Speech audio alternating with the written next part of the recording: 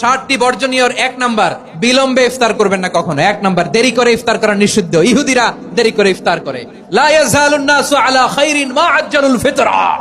বিশ্বনবী বলেছেন, এই উম্মত যতদিন আগে আগে ইফতার করবে, এই উম্মতের কপাল থেকে কল্যাণ কেউ ছিনিয়ে নিতে পারবে না। চিল্লায় বলেন ঠিক কিনা? আজানের জন্য বসে থাকবেন না, সময় দেখবেন।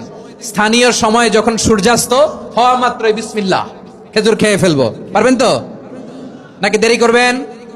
2 নাম্বার, রমাদানের পবিত্রতা বজায় রাখবো। কোন তর্ক বিতর্ক অশ্লীলতায় আমরা জড়াবো না, ঝগড়া করবো না, সরাসরিও না, ফেসবুকেও না।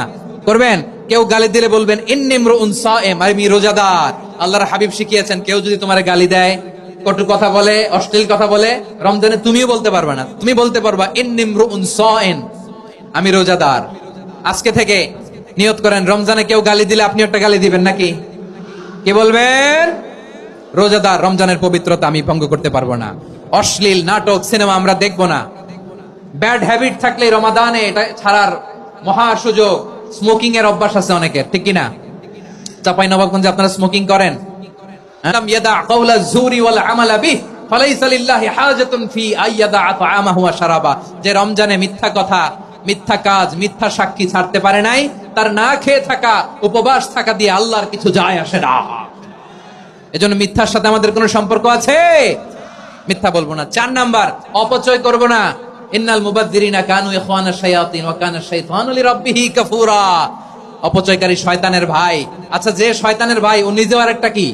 শয়তান। যে শয়তানের ভাই ও নিজেও আরেকটা কি? অপচয় করব না। ইফতারি করতে যে আমরা অনেকে অপচয় করি, এগুলো করবেন আপনারা? না, অপচয় করব না। 5 নম্বরে রিয়া, লোক দেখানো ইবাদত আমরা করব না। লোক দেখানোর জন্য নামাজ, রোজা, জিকির, তেলাওয়াত, দান, সদকা এগুলো করলে আল্লাহর দরবারে এগুলো কবুল হবে? বিশ্বনবী বলেন, দাজ্জালের ফিতনার চেয়ে একটা বড় ফিতনার ভয় আমি করি, সেটা কি? আর রিয়া, শো অফ মেন্টালিটি, লোক দেখানো মানসিকতা। এটা থেকে আমরা বিরত থাকবো ইনশাআল্লাহ। 6 নাম্বার, অনেক গুরুত্বপূর্ণ। ব্যবসায়ী ভাইয়েরা, ব্যবসা করেন কারা কারা? হাত তুলে দেখান তো আমারে। মাশাআল্লাহ, হাত নামান। ব্যবসায়ী ভাইয়েরা, অনেক অসাধু ব্যবসায়ী আছে, রমজান আসলে নিত্য প্রয়োজনীয় পণ্যের মূল্য বৃদ্ধি করে দেয়। এরকম আছে না নাই? এগুলো করবেন না। মজুদদারি করবেন না। পণ্যের কৃত্রিম সংকট বাজারে করবেন না। আপনি লাখ টাকা কামায়া ভাবছেন যে রোজাদারদের কষ্ট দিয়ে ধনী হবেন। এমন রোগ আল্লাহ আপনারে দিবে, কোটি টাকা দিয়েও আপনি হাসপাতালের বিল পরিশোধ করার ক্ষমতা আপনার হবে না। খবরদার। আর শেষ বয়সে দেখবেন কি কষ্ট আপনার হয়। আপনি রোজাদারদের কষ্ট দিচ্ছেন, আল্লাহ আপনার সুখে রাখবে?